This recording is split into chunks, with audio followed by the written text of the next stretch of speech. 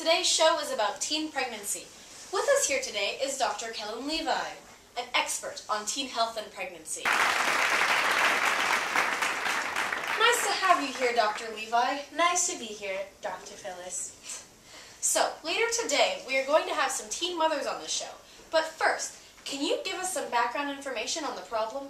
Yeah, well, according to Teen Health and Wellness, over 400,000 teenage girls give birth every year. How do their bodies function, and how does teenage pregnancy affect that? Well, first, teenage bodies are not fully developed yet. Young women's bodies are not developed until after adolescence. While they may bounce back very quickly from pregnancy, proper growth and development of both the reproductive organs and other parts of the body may be inhibited. Mentally, the young mother is not an adult yet either.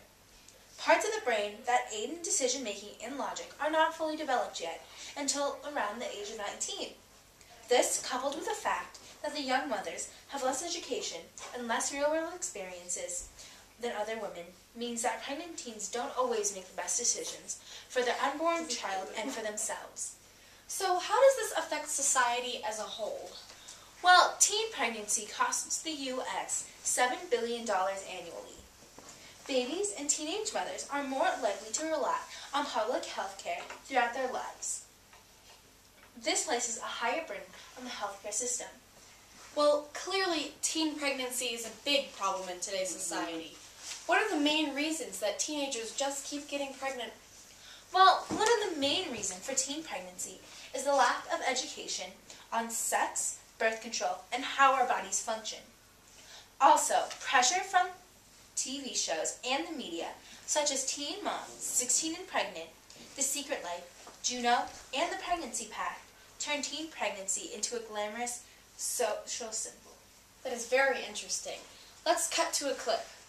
What you have seen on daytime American TV has really pushed into the prime time. No longer confined to the Jerry Springer Show or Maury Povich, teen moms are exploding onto the national stage, and they just might be taking the toll on America's impressionable young minds. Liz Goodman of the Daily Beast, a news and opinion website, joins us from New York now. It really is getting to a point where we are seeing more and more of teenage moms on TV. Are we not?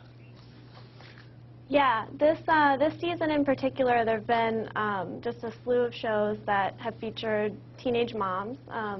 The one I wrote about in my article on the Daily Beast kind of centered around MTV's show, which is called Teen Mom, and it's sort of billed more as a documentary type look at teen motherhood. And I sort of pointed out some of the problems with that because it's claiming to expose how that it's a bad thing to have kids as a young mother, but really it sort of glamorizes these girls. They're the star of a reality TV show. The show's highly stylized.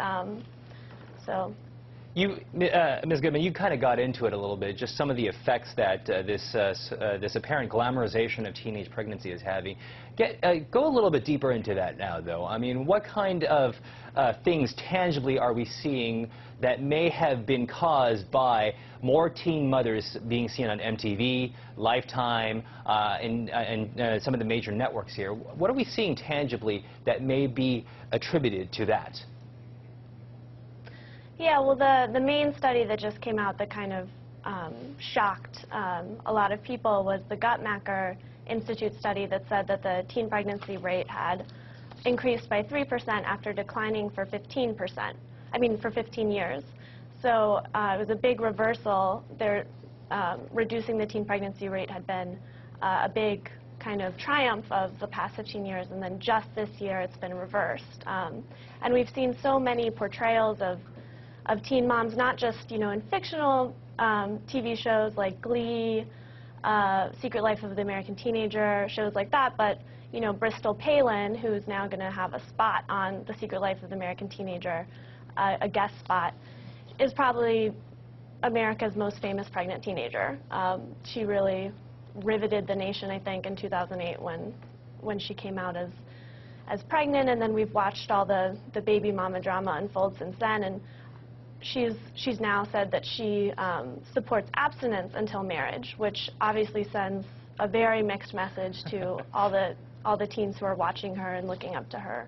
Wow, what an interesting clip. Now let's welcome two very lovely ladies onto the show. Maddie, Andrea, come on out. So great to have you here today. Thank you. Now, this is Andrea. She is 16 years old and 7 months pregnant. Wow. And Maddie, you're 17 and this is your baby. Yeah, this is Sophia. She's 4 months old and she's a really great baby, but this whole thing has been really hard on her family. Oh, can you elaborate? Yeah, well, financially she's really expensive. Formula, clothes, food, diapers, it all really adds up, which can be really stressful. And mentally it gets really hard because she'll just start crying, and I do everything I can to calm her down, but nothing will work. And at those times, I just start crying because I'm so tired, and it's just really hard. And then socially, I don't really have a social life anymore. There's no going to parties or going to football games, no even going to movies. But I'm really lucky I've gotten through all of this with the support of my family and my new friends that are now in the same situation. Well, thankfully your parents are in the picture and helping you get through this difficult time. What about the father? Is he also there for you? Yeah, the father is there. The relationship with my boyfriend isn't as good as it was before. Although he is very supportive, my mood swings and just everything with being pregnant really took its toll on our relationship. Well, usually teenage fathers don't involve themselves deeply in their new role. Furthermore, the young man often considers leaving the mother during pregnancy or during the first 2 years after birth, so it's great that he's there for you. Yes, and I'm sure many mothers can elaborate on what you said before. How did you feel when you found out you were pregnant? Did you ever consider giving the baby up? You know, I was really scared. I cried at the doctor when they told me. I thought my life was over. And I was also really worried about how my boyfriend would take the news. But I never considered giving up on her. I knew it wouldn't be easy, but this was also my decision, so I needed to live with it. Thank you for sharing that with us. Let's talk to you, Andrea.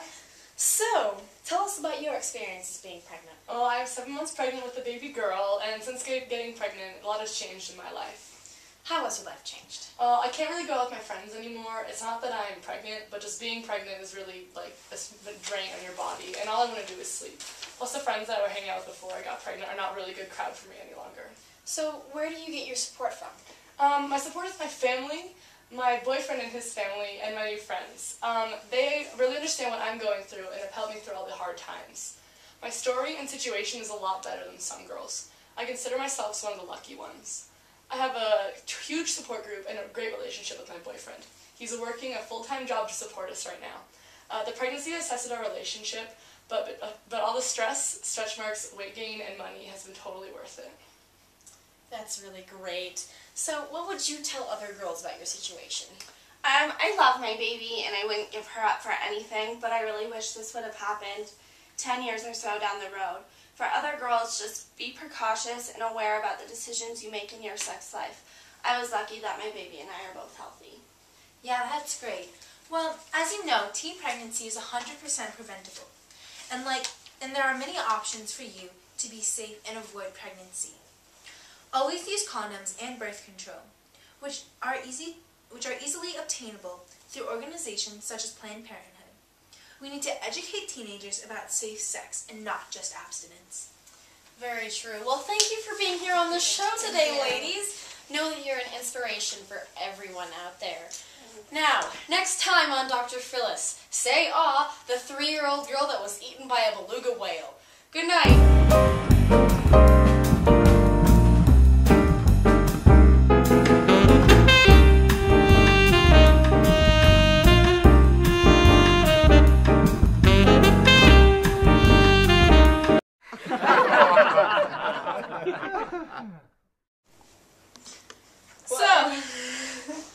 I like elephants. How about you? Elephants are pretty nice. Yeah. Pachyderms are my life.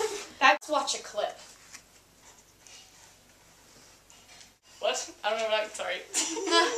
Sorry. It's okay. I said pregnant earlier. I'm sorry, I don't even know. I gotta stop it. Yeah, I don't even know. You're doing so well! I was like, oh no, I said pregnant. Formula, clothes, Gerbers, diapers, it all adds up.